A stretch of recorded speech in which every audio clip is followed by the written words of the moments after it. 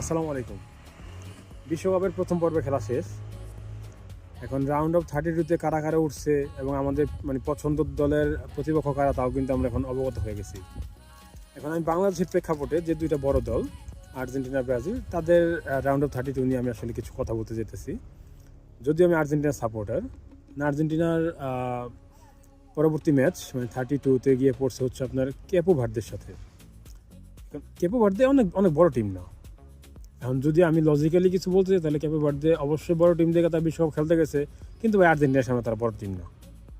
ঠিক আছে, তারা গ্রুপ পর্বে তারা তিনটা দলের সাথে খেলছে, তিনটাই তারা ড্র করছে, তারা যথেষ্ট ভালো ফলাফল করছে।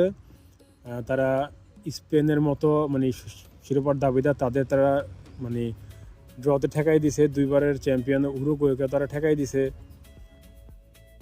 এখন আসলে আর্জেন্টিনার সামনে জয়ের কোনো বিকল্প নাই, কারণ ড্র করে আপনি বিশ্বকাপ জিততে পারবেন না।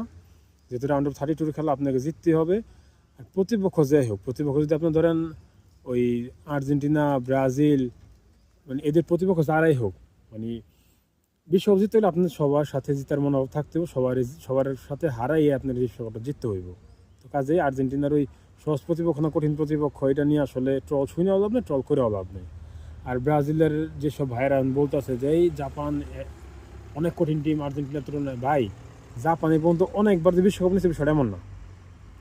জাপানের ভালো টিম, সেরা টিম, এতটুকুই। কিন্তু ব্রাজিল 5বারের বিশ্ব চ্যাম্পিয়ন, এটা আপনাদের মাথায় রাখতে হবে। তো কাজেই ব্রাজিলের সামনে ব্রাজিল ব্যতীত যাই আসুক তার এই দুমড়ায় মুচড়ে দিতে হবে। তো কাজেই কোনো দলটা ছোটো করে দেখা লাভ নাই। ওদিকে ওই ক্যাপো ভার্দে যতটা না কঠিন প্রতিপক্ষ, তার থেকে সহজ প্রতিপক্ষ ব্রাজিলের জন্য জাপান। কারণ কি জানেন, দিন শেষে 50 সম্পর্কে পাও কাটে। আমি আর্জেন্টিনা করি, কিন্তু তারপরে আমি জাপানের থেকে বেশি ভয় পাইতেছি ক্যাপো ভার্দের, কারণ আমি এদের স্পেস জানি না। কিন্তু জাপান যে টাইপের খেলা খেলে, গতবার যদি আপনারা চিন্তা করে দেখেন, গতবার জার্মানির বিদায় করছে জাপান, ঠিক না? জাপান কি খেলা খেলছিল? নিজেরা খেলছে এবং খেলায় স্পেস দিছে। আপনি যখন প্রতিপক্ষের জালে বল ধরানোর জন্য স্পেস পাবেন, তখন আপনি স্পেস ছাড়তে হইব। কেপো ভার্দের মতো দলগুলা এরা হচ্ছে গিয়া রক্ষণশীল খেলা খেলে। আপনি যে আর্জেন্টিনা করে দেখা বা এই দল মেসি খেলে দেখা যে আমি চিন্তা করুন যে 8-10টা গোল দেবে, সেটা এমন না।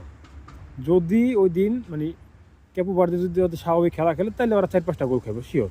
কিন্তু যদি হাতে না রক্ষণাত্মক খেলো তাহলে 1টা কি 2টা গোল খাইতে অনেক কষ্ট হয়ে যাবে। কিন্তু ব্রাজিলের সাথে যার জাপানের খেলাটা জমবে, ব্রাজিল জিতবে। আর ব্রাজিল গোল কনসেপ্ট করতে পারে, কারণ জাপান যেহেতু খেলার সুযোগ দেয়, নিজেরাও খেলে।